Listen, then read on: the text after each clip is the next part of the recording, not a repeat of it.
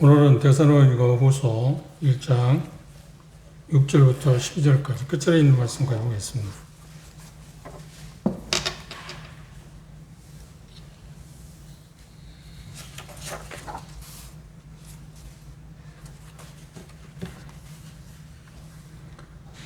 제가 먼저 1장 6절 읽겠습니다. 한 절씩 교도하겠습니다.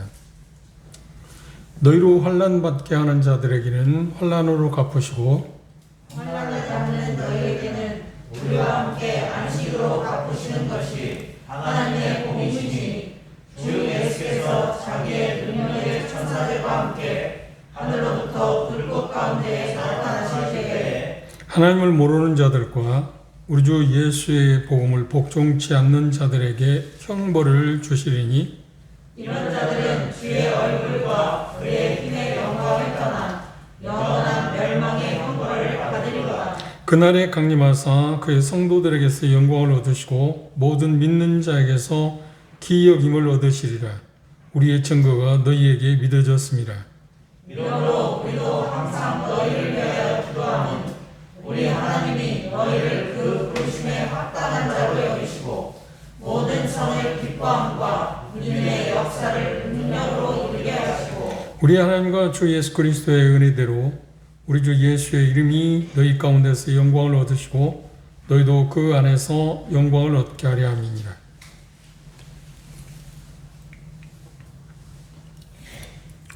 여러분들이 이렇게 사시면서 여러 가지 고난들을 당했지 않나요? 그걸 환난이라고 표현하기도 하고 막 핍박이라고 하고 압박이라고 하고 그것들을 통칭해서 말하기를 외부에서 오는 그 어떤 압력들 그런 것들을 통칭해서 환난이라고 그렇게 말합니다.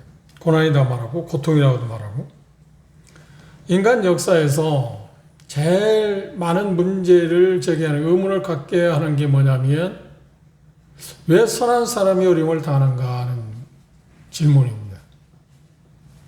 거기까지 나가지 않을지라도 왜 사람들이 삶을 살면서 그 고통을 당하는가? 이것은 정말 큰 숙제입니다. 하나님의 말씀을 정확히 알지 못하면 이것에 대한 답을 하기가 생각보다 어렵습니다. 그리고 우리도 그렇게 경험해 온 것처럼 우리는 어떤 환난들, 그 고난들을 당하게 되면 종종 우리는 하나님이나 하나님의 능력에 대해서 의심하게 됩니다. 하나님이 정말 나를 사랑하고 계시는가? 우리가 주일날 메시지에서 본 것처럼 하나님 정말 내 편이신가? 나를 위하신다고 하는 말이 정말일까? 나를 위하신다고 하면 세상의 가치관이라고 하는 것에 우리가 완전히 찌들어 있기 때문에 어떤 그 부정적인 일이 일어나서는 안 된다고 생각하는 게 우리 마음 가운데 잠재되어 있습니다. 그런데 그 부정적인 일이 일어날 때마다 하나님의 사랑에 대해서 의심하게 되고 심지어 하나님의 공의에 대해서조차도 의심하게 되는 게 현실입니다. 그런데 이 일이 계속 반복되고 있음에도 불구하고 여전히 또다시 고난을 당하면 또다시 그 생각을 합니다. 물론 조금씩 생각이 넓혀지기도 하고 발전해 가기도 합니다만 여기 본문에 나오는 데살로니가 지역 성도들도 마찬가지였습니다. 환난을 겪게 될 때 대단히 그걸 잘 견뎌내기로 있었지만 그러면 불구하고 왜 우리가 이런 고난을 당하는가 하는 문제 때문에 혼란이 있었다고 우리가 받아왔습니다. 여러분들 생각할 때 고난을 생각하면 그러니까 핍박이 됐든 간에 환난이라고 하는 말을 한마디로 하면 압력이라고 그랬습니다. 그런데 그 고난, 고통, 그 환난이라고 하는 것을 생각하면 어떤 것들을 여러분들이 연상합니까? 고난이라고 하면 뭘 이야기하죠? 그런데 대개 우리는 뭐라고 하냐면 어떤 질병, 그렇죠? 그게 그 고난의 1순위라고 생각하기 쉽습니다. 그런데 고난을 말하면 통칭해서 말하면 외적인 거하고 내적인 게 있습니다. 그런데 우리는 외적인 것만 고난이라고 생각하기 쉽습니다. 근데 자세히 살펴보면 내적인 고난이 훨씬 더 힘듭니다. 무슨 말이냐면 여러분들 주님을 섬기면서 그런 경험을 했을 겁니다. 그리스도로서 하나님을 정말 사랑하고 하나님의 말씀에 따라 살아가고 싶은데 그러지 못한 나 자신을 볼 때 고통스럽지 않나요? 그 고통은 육체의 어떤 그 고통보다 훨씬 더 무거운 고통입니다. 경건한 사람들이 경험하는 그런 고통들입니다. 그런데 대개 우리는 고난, 고통들을 생각하면 외부에서 오는 것들을 생각하고 그것들에 대해서 일반적으로 우리가 하나님께 구하는 것은 뭔가요?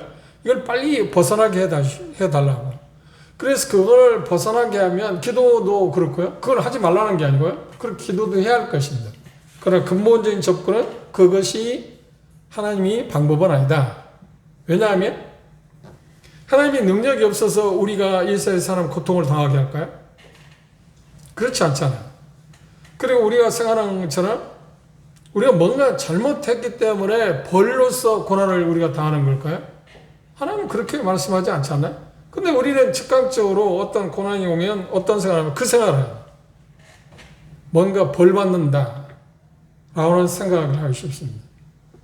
그런데 외부적인 고난을 우리는 뭐라고 하냐면 여기 지금 데살로니가 성도도 그런 것처럼 유대인들 그리고 그 지역 사람들 심지어 또 하나는 어떤 것이 있었나요? 거짓 선지자들, 교사들에서 성경 말씀을 잘못 가르친 것의 후유증 그런 것들이 다 일반적으로 외부에서 오는 고난들입니다.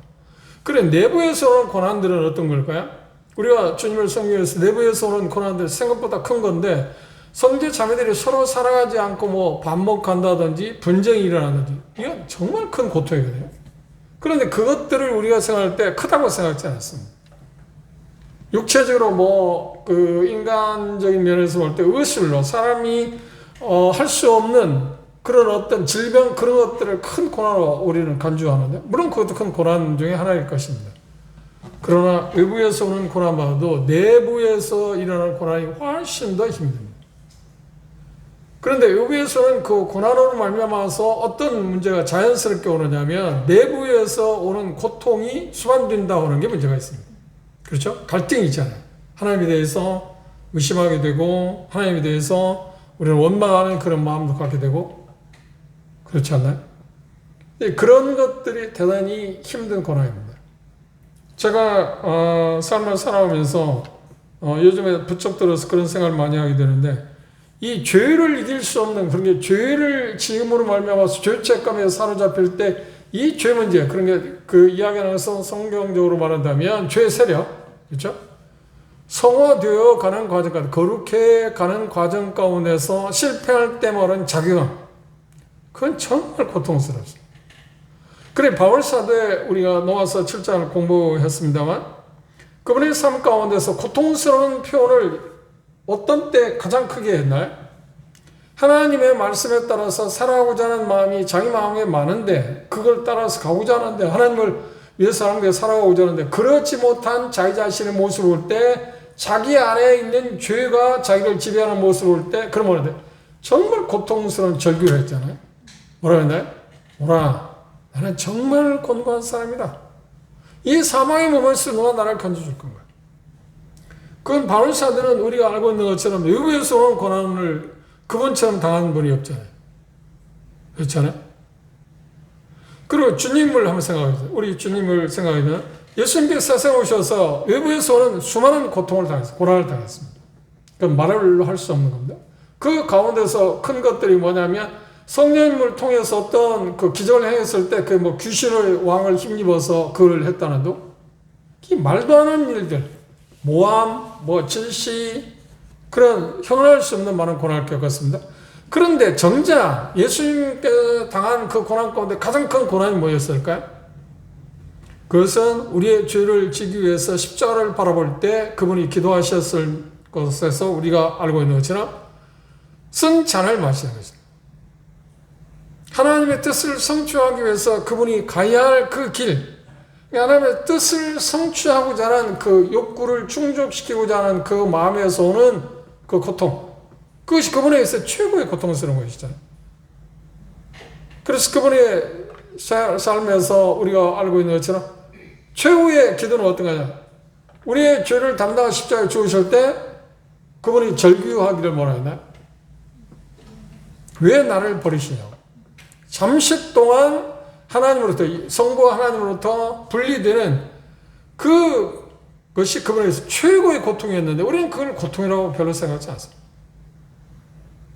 이와 같이 외부에서 오는 고통보다도 내부에서 오는 고통이 훨씬 많습니다.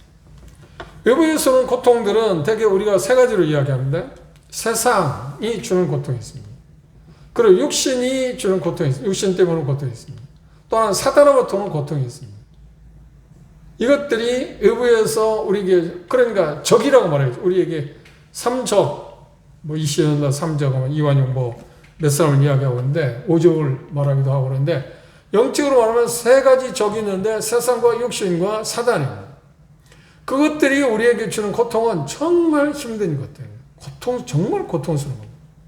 그런데 이 시간에 우리가 한번 조명해야 할 것은, 생각해야 할 것은, 고난이라고 할 때, 외부에서 오는 것만 그렇게 생각하지 마. 육체적인 것만은 그렇게 크게 생각하지 말자. 정신적인 것, 영적인 것이 훨씬 더 고통스러운 일입니다. 그렇죠?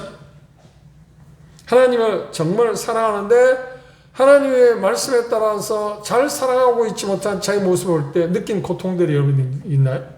그 고통은 정말 힘든 고통입니다. 그걸 정말 고통이라고 말할 수 있습니다. 경건하게 살고자 하는 사람들의 마음과는 그 고통들이 경화합니다. 말씀드린 것처럼 바울 사도가 그분의 삶 가운데 여러 가지 고통을 당했지만 그 고통 때문에 참담하다고 말하지는 않았습니다. 그분은 잘 수용했습니다. 그런데 그분도 지금 이 말씀을 통해서 우리에게 말씀하는 게 그런 수많은 환난들을 시련들을 겪었기 때문에 그 경험자로서 우리에게 지금 이야기하고 있잖아요. 데살로니가 성도들이 말합니다. 여러분들이 그 고통 가운데 잘 이겨내고 있다. 잘 지키고 인내하고 있다. 그래서 그것 때문에 칭찬했지 않나요? 지금 그들은 문제가 있습니다. 문제가 있음에도 불구하고 그걸 이야기했습니다. 그런데 이 본문에서는 지금 그 부분을 좀 넘어서서 그러면 하나님께서 우리에게 고난을 허락하신 이유가 뭘까? 그걸 통해서 하나님을 얻고자 하는 것은 도대체 뭘까? 인간의 최대 질문입니다. 그 부분에 대해서 이 본문에서는 몇 가지로 이야기를 하고 있습니다. C.S. 루이스라는 사람이 그 당대의 최고의 석학자라고 알려져 있습니다. 근데 그분이 쓴 책 고통의 문제라는 제목의 책을 보면 그 내용 가운데 이런 이야기가 있습니다. 현세에서 하나님의 목적은 고난을 막아주는 데 있는 게 아니라 자기 백성을 거룩하게 하시는 데 있다. 성숙시키는 데 있다. 우리 고난을 허락하지 않는다고 언급한 일이 없습니다. 오히려 무릇 그리스도 안에서 경건하게 살고자 하는 자는 뭘 당할 거라고요? 고난을 당할 거라고 그랬어요. 예수님께 뭐라고 하세요? 너희들이 내게 속했기 때문에 내가 당한 고난도 너희들이 당할 거다. 그렇죠? 그런데 우리는 생각할 때 어떤 생각을 해요? 그 의식을 바꾸는 게 대단히 어렵습니다. 주님 앞에 합당하게 살면 우리는 고난이 없어야 한다고 생각하잖아요. 그런데 주님 뭐라고 말씀하시죠? 아니 고난이 있다. 이게 조화를 이루는데 대단히 힘듭니다. 그것 때문에 우리는 갈등합니다.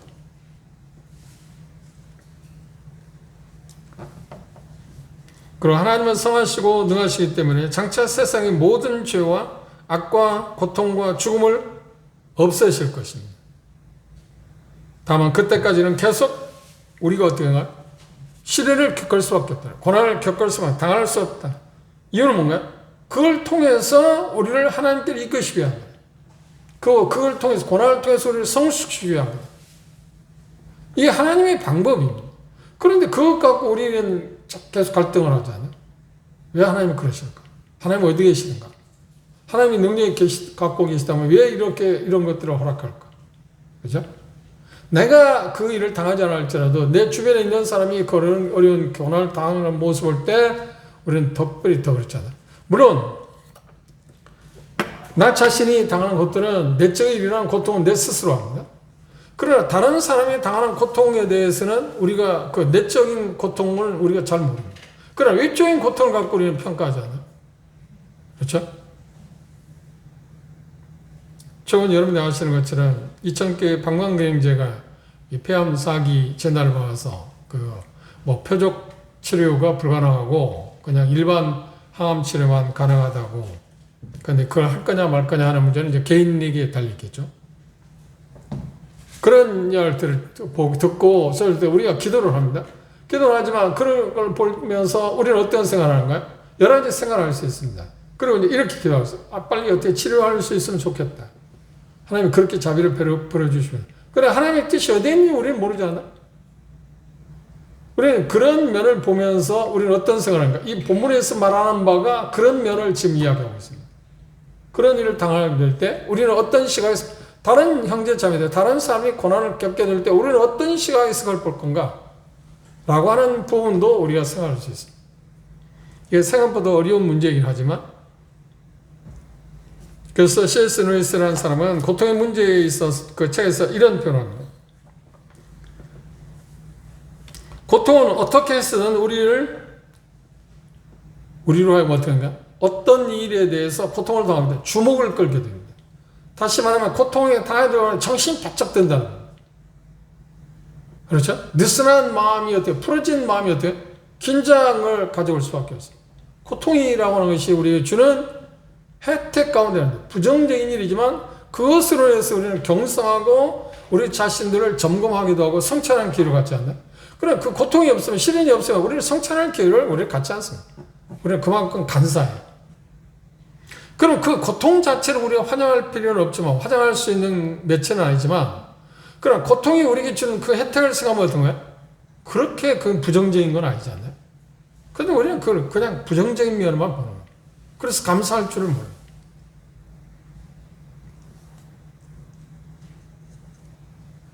그리고 그걸 그렇게 말했어요. 하나님은 우리가 기쁠 때는 속삭이고 우리의 양심에 조용히 말씀하시지만 우리가 고통 가운데 있을 때는 고함을 치신다.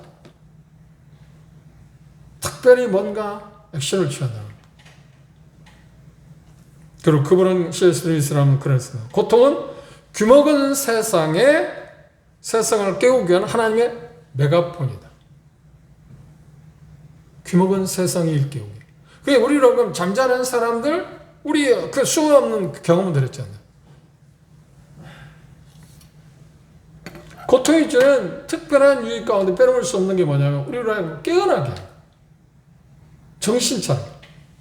아무리 무딘 사람이 할지라도 어떤 그 상상할 수 없는 자기가 감당할 수 없던 고통이 오게 되면 성찰하게 되고 어쩔 수 없이 돌아볼 수밖에 없죠. 그러면 그 고통을, 그런데 문제가 뭐냐 하면 그 고통을 돌아보기는 돌아보는데 그걸 통해서 하나님께서 어떤 목적을 갖고 계시다는 것을 우리가 찾아내야 하는데, 그리고 그 목적을 성취하는 쪽으로 우리가 기울이지 하는데 그렇게 가기가 생각보다 쉽지 않다는 겁니다. 그렇죠? 그걸 반복되는 그 삶이 우리 가운데 있습니다.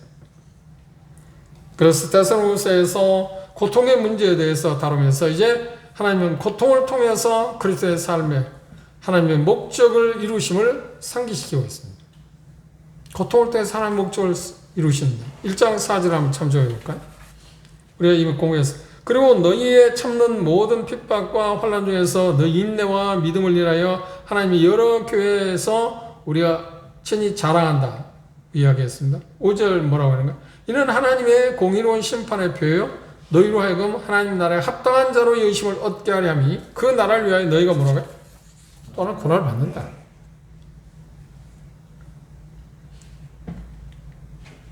첫째 이 본문에서 예수 그리스도가 다시 오실 때 고통을 주는 그러니까 가해자라고 이야기할 수 있습니다. 외부에서 오는 고통이든 내부에서 일어나는 고통이든 그 모든 것을 어떻게 멸하실 거다. 그러니까 바꿔 말하면 하나님의 최종적으로 승리하실 거다.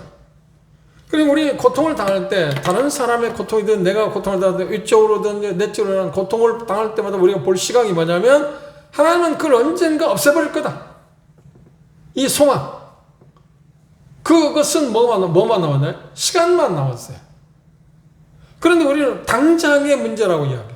지금 당장 왜 이걸 없애지 않는 거예요?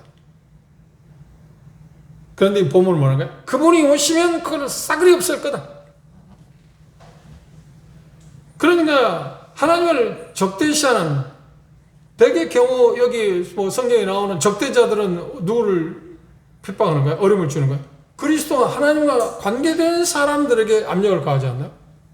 그런데 그들을 하나님께 멸망시킬 거다. 그것들 가운데 빼놓을 수 없는 것이 이야기한 것처럼 방금 이야기한 것처럼 우리의 질병 문제도 그분이 해결할 거고 우리가 당하고 있는 환경적인 문제도 해결할 거고 그렇죠? 그러나 더 중요한 건 뭔가 그걸 일으키게 하는 그것을 통해서 우리를 저해하고 아름답게 삶을 살아가게 못하게 하는 방해 요소들을 어떻게 그것까지도 없습니다. 그 장본인이 뭔가요? 사단이잖아요. 죄지 않나요? 그것들을 다 없애버리겠다. 그 차원에서 우리는 그 고통의 문제를 바라봐요. 그걸 바라봐요. 그러니까 최후의 승리, 최후의 승리.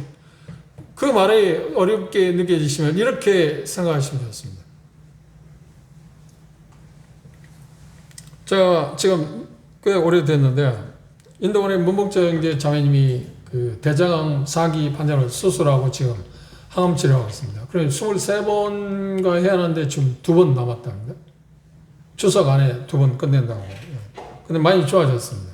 그런데 그때 기회가 있어서 음식점에서 같이 여러 형제 자매들과 음식을 먹으면서 그런 이야기를 했습니다. 무슨 이야기냐면 이 악성 종양에서 하나님이 해방시킬 수 있을 거다. 이 세상에서 이 생 우리가 살아가면서 그렇죠? 치료받을 수 있게 하실 거다. 그럼 만약에 그렇게 하지 않아도 궁극적으로 어떨까요? 치료하실 거다. 그걸 바라보죠. 그걸 바라보죠. 어려운 이야기입니다. 그렇죠?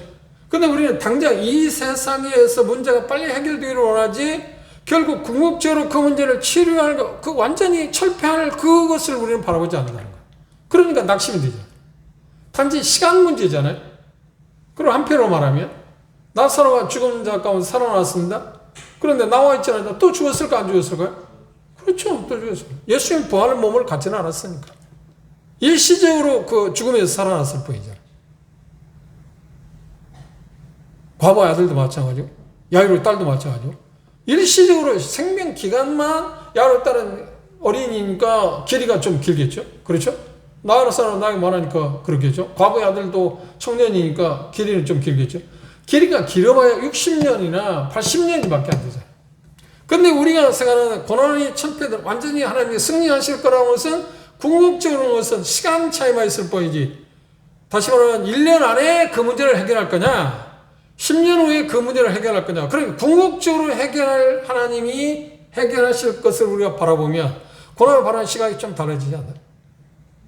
좀 견뎌내기도 쉽지 않나요? 그게 죽음 저 너머에까지도 그 고난이 미치지 못한다는 것을 우리가 믿는 게 필요하다. 그게 우리가 유일한 소망 아닌가? 신앙은 뭔가요? 그걸 바라보는 게 아닌가? 근데 우리는 항상 근시안적이에요. 앞만 보는 거예요. 이 세상에서만 문제를 우리가 해결하려고. 그러면 힘들어요. 답답해요. 그래서 문제 해결도 못하고. 그런데 이 말씀에 보면 그 고난의 요체들, 그러니까 외부에서 오는 거든 내부에서 일어나는 그 모든 고난의 요체들을 어떻게 한다고요? 예수 그리스도 오시면 다 어떻게 한다고요? 심판하겠다. 그런데 여기 문장에 보면 박해한 사람들에 대한 문제입니다. 예수 그리스도를 받아들이지 않고 복음을 받아들이지 않은 사람들이 영원한 멸망을 받을 거다라고 이야기하고 있어요. 그런데 거기에 포함되어 있는 것은 그것만 비단 말하는 게 아니라 고난의 요체들, 내부에서 일어나든 외부에서 일어나든 그 모든 것을 예수 그리스도 오시면 어떻게 종식시킨다. 그 종식시킨다는 말은 뭔가요? 우리가 그분처럼 된다는 거 아닙니까? 보라신 그분처럼 된다.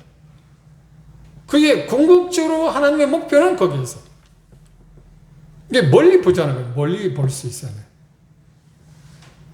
이게 우리가 믿음을 갖고 있지만 그게 결여되어 있기 때문에 현재 문제만 급급해요.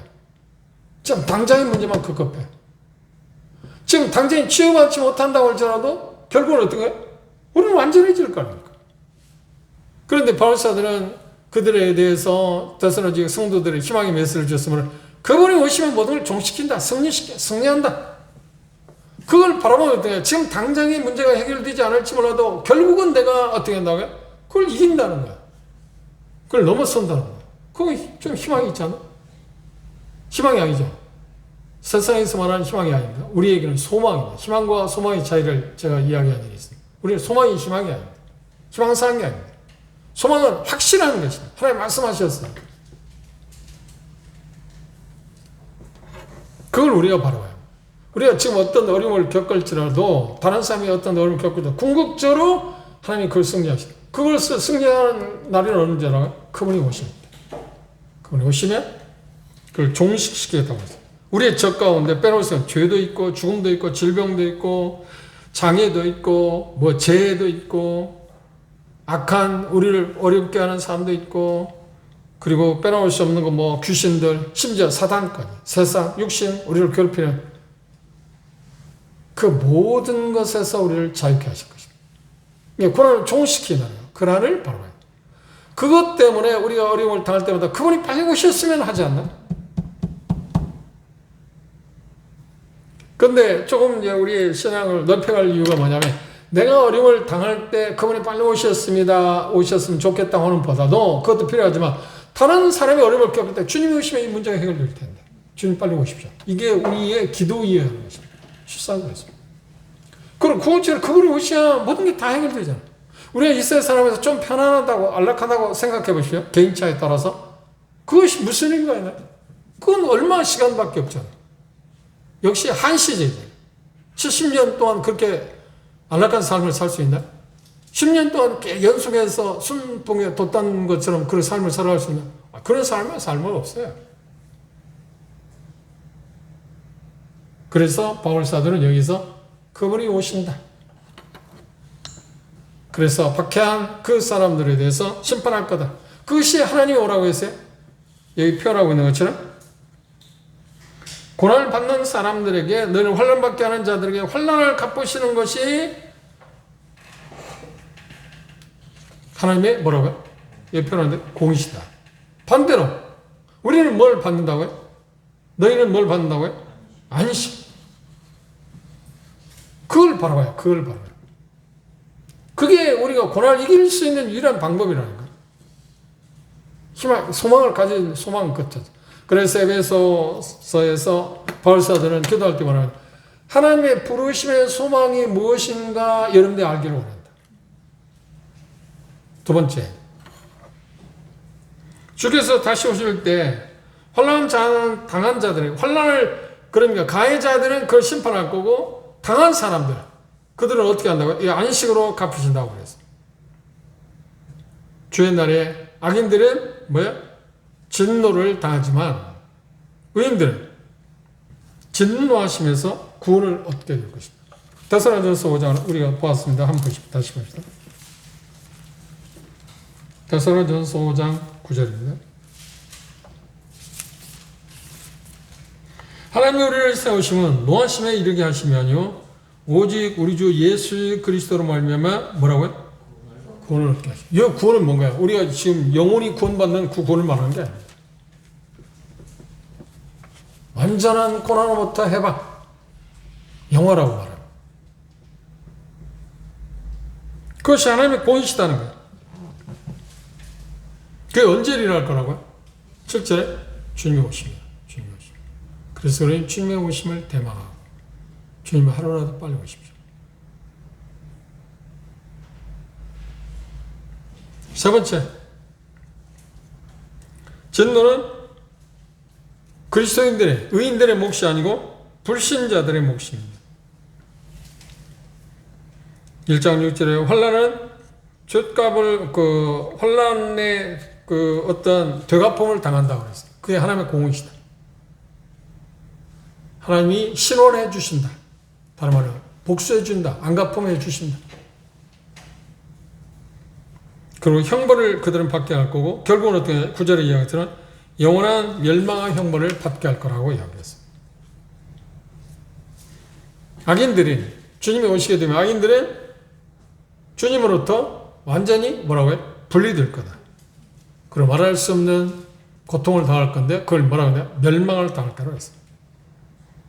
그리고 만왕의 왕 되신, 만주의 주 되신 그분을 보내신 그 초청을 거절하는 사람, 그래서 표현하고 있는 것처럼 뭔가요? 주 예수의 복음을 복종치 않는 자들의 형벌을 주시는 이런 자들이 주의 얼굴과 그의 힘의 영광을 떠나 영원한 멸망의 형벌을 받게. 무서운 이야기입니다. 그들의 결말, 그러니까 데살로니가 지역 성도들을 괴롭히는 그들의 결말을 이야기해주고, 그것 때문에 두려워하지 말라고.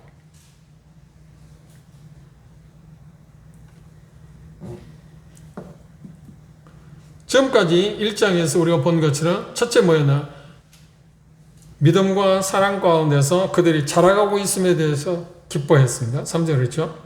그 다음 4절에 말하면 환난 중에 인내하는 그들을 인정해 주었습니다. 나는 너희들이 자랑스러워. 그리고 세 번째 뭐예요? 예수 그리스도의 재림 때 악인의 심판을 받고 의인들은 모두 다 어떻게 되나? 안식을 누리게 될 거다. 그리고 마지막 부분에서 장차 오실 그리스도를 기다리면서 현재 임한 고난과 환난을 가운데 견디도록 데살로니가 지역 성도들을 위해서 세 가지 기도를 하고 있습니다. 그래서 이것은 우리들도 해야 할 기도 제목이기도 합니다. 첫째 뭐라고 했나요? 11절 주목해 보십시오. 이러므로 우리도 항상 너희를 위하여 기도함은 우리 하나님이 너희를 그 부르심에 합당한 자로 여기시고 부르심에 합당한 자로 여겨주시기를 기도했습니다. 부르심에 합당한 자로 여겨주시기를 원하여 기도하는 것은 뭔가요? 그들이 그런 수많은 시련과 고난을 당해도 여전히 탈선하지 않아 믿음을 잘 지켜가기를 위해서 그 고난이 엄중함에도 그 고난이 별거 아니라는 것을 알고 인내하기를 지금 그렇게 해주시를 기도했어요. 하나님이 하시는 그건 우리가 할 수 있는 거 아니잖아.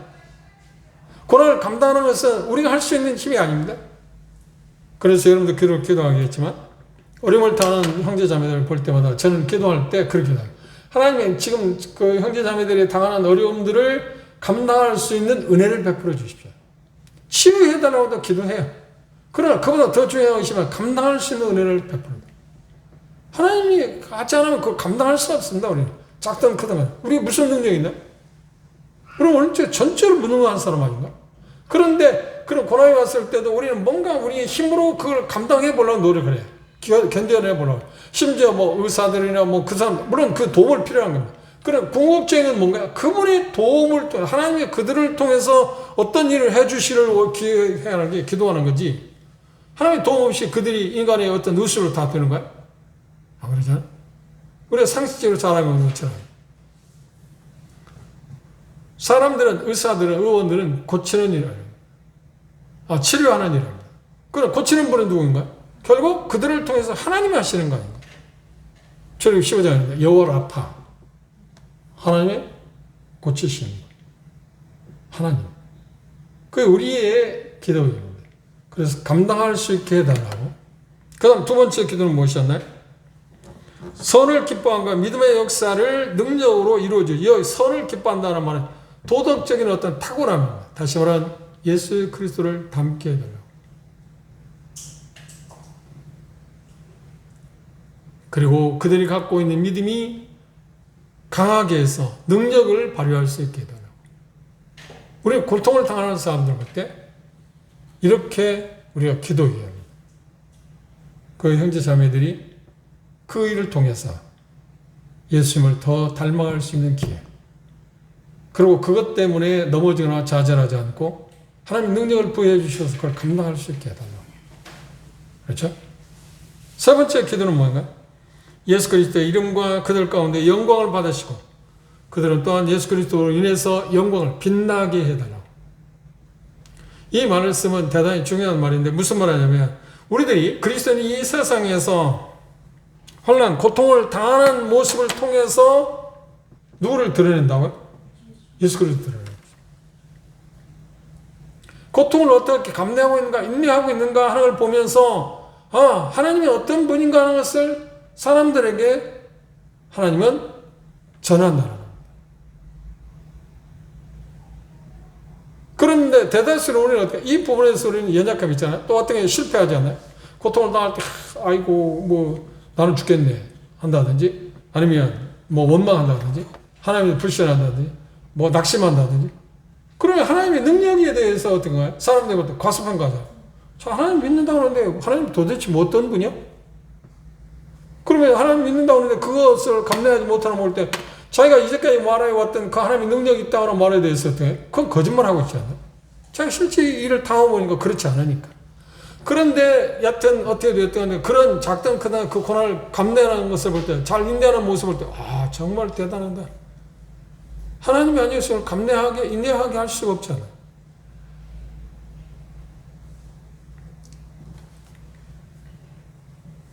우리가 고난을 닦아놓을 때 어떻게 인내하며 살아가느냐 하는 것은 예수 그리스도의 평판과 다시 말하면 예수 그리스도의 덕을, 예수님이 어떤 분, 하나님이 어떤 분인가 하는 것을 연결되어 있습니다. 뗄 수가 없습니다. 그래서 우리가 어떤 잘 되는 것을 통해서 하나님께서 하나님을 믿는 사람들이 좋은 거구나 호심을 불러일으키기도 하지만 그건 별로 효과가 없어요. 왜냐하면 예수님이 안 믿어도 훨씬 예수님 믿고 잘 사는 사람보다 훨씬 더 잘 사니까. 안 그런가요? 근데 긍정적인 것보다는 부정적인 어떤 시련들 고난을 당할 때 그걸 잘 견디내는 모습을 볼 때 하나님의 살아계심을 확실하게 더 증명할 수 있잖아요. 고난의 유익이 바로 그런 것 같아요. 그래서 우리는 고난을 당할 때 내가 하나님의 영광을 드러낼 때구나. 드러내게 사용하구나. 그리고 결국 어떻게 할 거라고요? 그것뿐만 아니라 나를 영광스럽게 할 거다.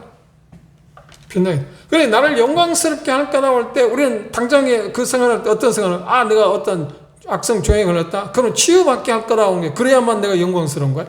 아니라니까. 그건 세상의 가치관이고. 그리고 궁극적으로 결국은 어떻게 해, 우리는? 그렇지. 우리는 그걸 다 이겨낼 거야. 더 이상 우리를 괴롭히는 그 모든 문제에서 우리는 해방될 거라니까. 고난을 보는 시각이 바로 그런 것이야. 그럼 이 말씀을 통해서 우리가 적용할 게 뭔가? 몇 가지 이야기할 수 있는데, 첫째, 그런 일을 당할 때 우리는 구체적으로 기도해야 합니다. 하나님의 약속을 붙잡고 구체적으로 기도하는 것입니다. 두 번째 뭔가요? 사람들이 처한 상황 속에서 하나님의 나라를 일궈내야 합니다. 하나님이 그 일을 통해서 어떤 일을 하시는가? 복음의 확장, 복음의 진보. 남들이 겪고 있는 일은 하나님의 나라의 눈으로 그걸 바라봐야 돼요.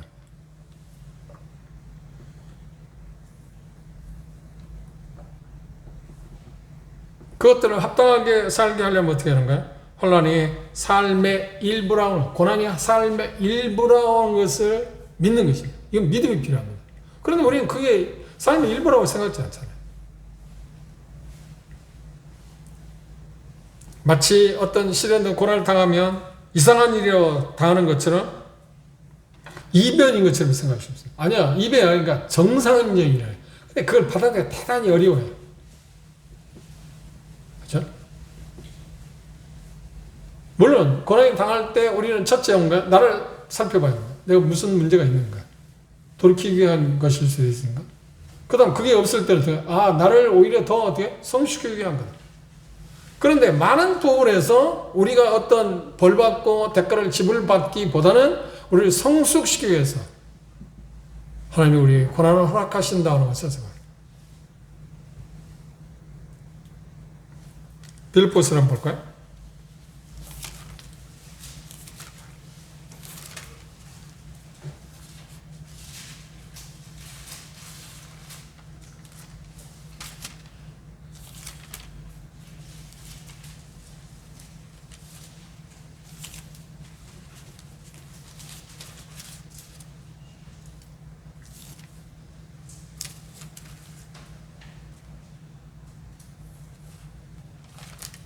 삼자입니다.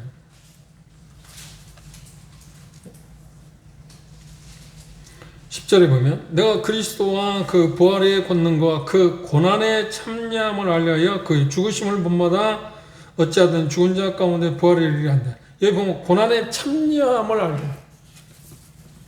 고난의 의미를 더 터득하고 싶다.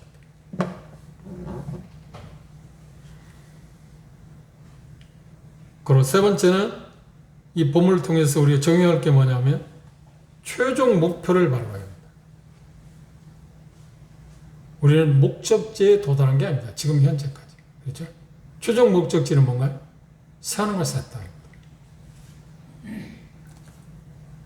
그리고 우리의 삶의 최종 목표가 뭔가요? 하나님을 영원하게 하는 거 아닌가요?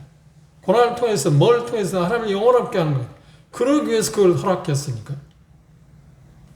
그리고 그걸 다 이해할 수는 없을지 몰라도 고통에도 목적이 있음을 알고 하나님께 기도합니다. 그런 일일 때 하나님 이 일을 통해서 하나님 뭘 하시기를 원하십니까? 내가 이 일을 통해서 범죄하지 않게 해주십시오. 이 일을 통해서 하나님의 영원롭게 할 수 있게 해주십시오. 이게 우리의 기도의 최고의 기도 아닌가요? 고통을 당할 때, 고난을 당할 때. 우리는 다음 시간에 이제 이미 데살로니가전서 5장에서 주님의 오심에 대해서 이야기했는데 그것에 오해하고 거짓 교사들을 잘못 가르치는 것에 대해서 주님의 오심에 대한 징조들에서 이런 일이 있기 전에는 주님의 오심에 대해서 말하지 마라. 주님이 오시기 전에 반드시 있어야 할 몇 가지 사항에 대해서 이야기를 했습니다. 그 부분에 대해서 우리가 생각을 하도록 해봅시다. 오늘은 이 본문을 통해서 데살로니가서 1장 6절에서 12절에 있는 말씀을 통해서 고난이 우리에게 주는 유익들, 그리고 바울 사도는 그런 데살로니가 성제 자매들을 위해서 기도한 세 가지 그 내용들. 그래서 다른 건 다 기억지 못할지라도 고난이 우리를 선을 증진시킨다. 그리스도를 닮게 한다. 고난은 필연적이다. 그렇죠? 고난은 필연적이다. 우리 삶의 한 부분이다. 그래서 그 고난이 올 때 우리가 하나님께 감사할 수 있는 그런 성숙한 자리에 가도록. 그리고 궁극적으로 통해 모든 고난에서 우리를 어떻게 할까요? 해방시킬 날이다. 그래서 그 말을 안식하게 한다. 결국. 그걸 소망 가운데 바라보고 삽시다. 기도합시다.